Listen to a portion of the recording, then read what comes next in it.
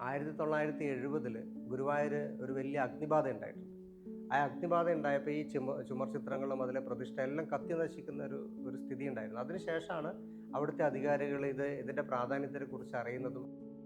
എൻ്റെ പേര് ദിലീപ് സ്വസ്തിക്. എൻ്റെ സ്വദേശം എന്ന് പറയുന്നത് കണ്ണൂരായിരുന്നു. 25 വർഷങ്ങൾക്ക് മുന്നേ ഞാൻ ഇവിടെ ഗുരുവായൂർ എത്തിയതാണ്. ചുമർ ചിത്രം പഠിക്കാൻ വേണ്ടിയിട്ടാണ് ഗുരുവായൂർക്ക് വരുന്നത്. ഗുരുവായൂർ ദേവസ്ഥത്തിൻ്റെ കീഴിൽ 5 വർഷത്തെ കോഴ്സ് കംപ്ലീറ്റ് ചെയ്തു 2005. ഇപ്പോൾ 20 വർഷങ്ങളായി കണ്ടിന്യൂസ് ഈ ചുമർ ചിത്ര കലാരംഗത്ത് തന്നെ സജീവമായിട്ടുണ്ട്.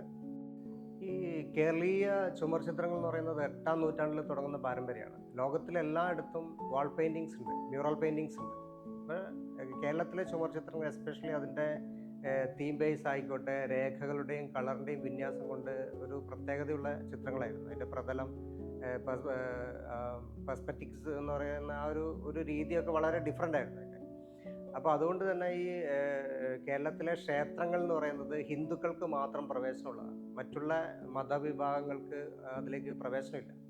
അപ്പോൾ അവിടെയുള്ള കലകളെല്ലാം തന്നെ ആസ്വദിക്കാൻ ഹിന്ദുക്കൾക്ക് മാത്രമേ പറ്റുള്ളൂ എന്നുള്ളൊരു പ്രോബ്ലം ഉണ്ടായിരുന്നു. പിന്നീടാണ് അത് ക്ഷേത്രത്തിന് പുറത്തേക്ക് വരുന്നത്. ഈ ക്ഷേത്രകലകളെല്ലാം തന്നെ ക്ഷേത്രത്തിന് പുറത്തേക്ക് വരുന്നതോട് കൂടിയിട്ടാണ് പുറത്തുള്ള ആളുകൾ വന്ന് അത് ആസ്വദിക്കാൻ തുടങ്ങുന്നത്. സ്റ്റെല്ല ക്രാംബ്രിഡ്ജ് എന്ന് പറഞ്ഞ ഒരു ബ്രിട്ടീഷുകാരിയാണ് ആദ്യമായിട്ട് ഈ കേരളീയ ചുമർ ചിത്രങ്ങൾ പുറം ലോകത്തിന് പരിചയപ്പെടുത്തി കൊടുക്കുന്നത്. 1970 ഗുരുവായൂർ ഒരു വലിയ അഗ്നിബാധ ഉണ്ടായിട്ടുണ്ട്. ആ അഗ്നിബാധ ഉണ്ടായപ്പോൾ ഈ ചുമർ ചിത്രങ്ങളും അതിലെ പ്രതിഷ്ഠ എല്ലാം കത്തി നശിക്കുന്ന ഒരു സ്ഥിതി ഉണ്ടായിരുന്നു. അതിനുശേഷമാണ് അവിടുത്തെ അധികാരികൾ ഇതിൻ്റെ പ്രാധാന്യത്തെക്കുറിച്ച് അറിയുന്നതും അതിനെപ്പറ്റി അന്വേഷിക്കുന്നതും. അങ്ങനെ ഇതിനടുത്ത് തന്നെയുള്ള മമ്മിയൂർ കൃഷ്ണൻകുട്ടി മാഷ് എന്നൊരു ആശാൻ്റെ അടുത്തേക്ക്, അവസാന കണ്ണിയായിരുന്നു അദ്ദേഹത്തിൻ്റെ അടുത്തേക്കാണ് എത്തിപ്പെടുന്നത്. അങ്ങനെയാണ് ഈ ചുമർ ചിത്രങ്ങളുടെ പുനരുജ്ജീവനം ഉണ്ടാകുന്നത്.